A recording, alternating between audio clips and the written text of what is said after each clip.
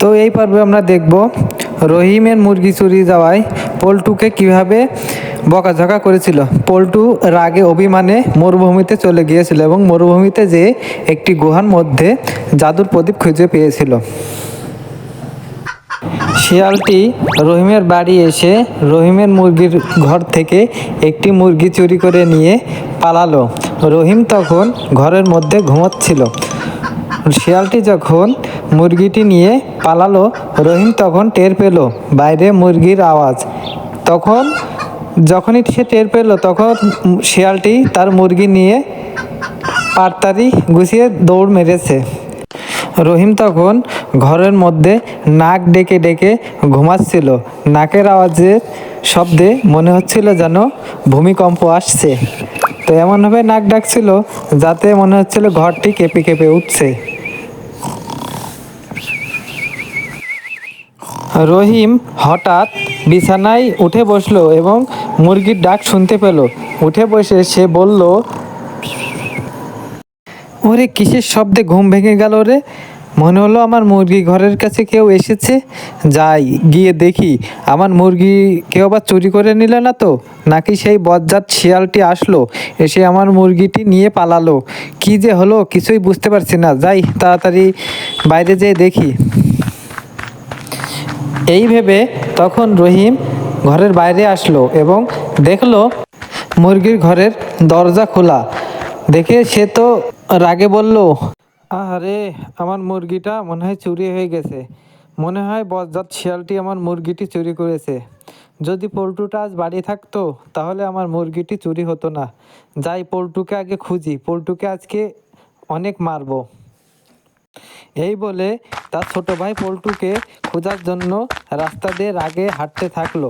হাঁটতে হাঁটতে রাগের মাথায় পল্টুকে দেখে সে পাথরের মতন দাঁড়িয়ে গেল এবং পল্টুকে কাছে আসার জন্য অপেক্ষা করলো। এদিকে পল্টু আস্তে আস্তে হাঁটছিল এবং হাঁটতে হাঁটতে রহিমের কাছে আসলো। হ্যালো দাদা, কি হয়েছে? তুমি আমাকে খুঁজছো কেন? এত রেগে গেলে কিভাবে? কি হয়েছে বলো তো আমার সাথে। তুই আমার চোখের সামনে থেকে দূর হ। তুই যদি আজ বাড়ি থাকতিস তাহলে শিয়াল বজ্জাত বেটা আমার মুরগিটি চুরি করে নিয়ে যেত না। তোর যেন আমার চোখের সামনে আর না দেখতে পাই। দূর হ আমার চোখের সামনে থেকে। এই গ্রামে যেন তোকে আর না দেখি। তোকে আমি আমার ভাই বলে মানি না। তুই তোর মতন থাকবি, আমি আমার মতন থাকবো। তোকে যেন আমি আমার বাড়িতে আজ যেন না দেখি। চলে যা, যেদিকে চোখ যায় চলে যা। তোকে যেন এই তল্লাটে আর না দেখতে পাই।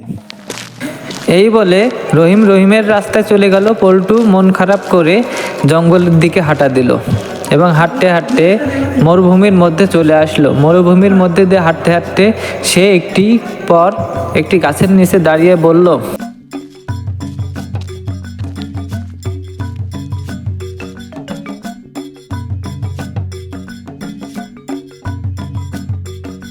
দাদার কথাতে রাগে অভিমানেতে চলে আসলাম এই মরুভূমিতে। এখন আমি কোন দিকে যে যাই যা এক ব্যবস্থা হয়ে যাবে।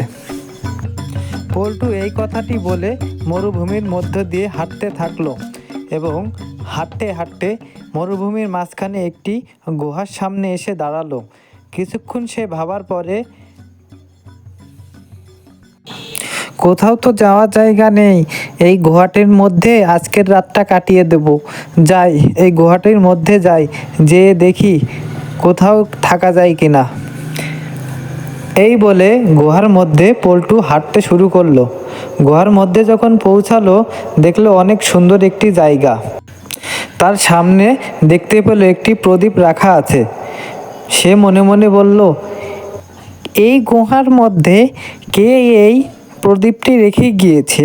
মনে হয় এই প্রদীপটি কোনো জাদুর প্রদীপ হবে, কিন্তু প্রদীপটিতে হাত দেওয়া আমার পক্ষে সম্ভব হবে কিনা কিংবা কোনো সমস্যা হবে কিনা সেটা একটা ভাববার বিষয়। যাই প্রদীপটার কাছে যাই, যে দেখি কেমন প্রদীপ। হ্যালো ছোট্ট বন্ধুরা, কেমন আছো তোমরা? তোমরা কি পল্টু জাদুর প্রদীপ নিয়ে কী করেছিল পরের পার্টটি দেখতে চাও? তাহলে চ্যানেলটিকে সাবস্ক্রাইব করো এবং পরের পার্টটি দেখার জন্য চ্যানেল ভৌতিক কার্টুন চ্যানেলটির উপর চোখ রাখো।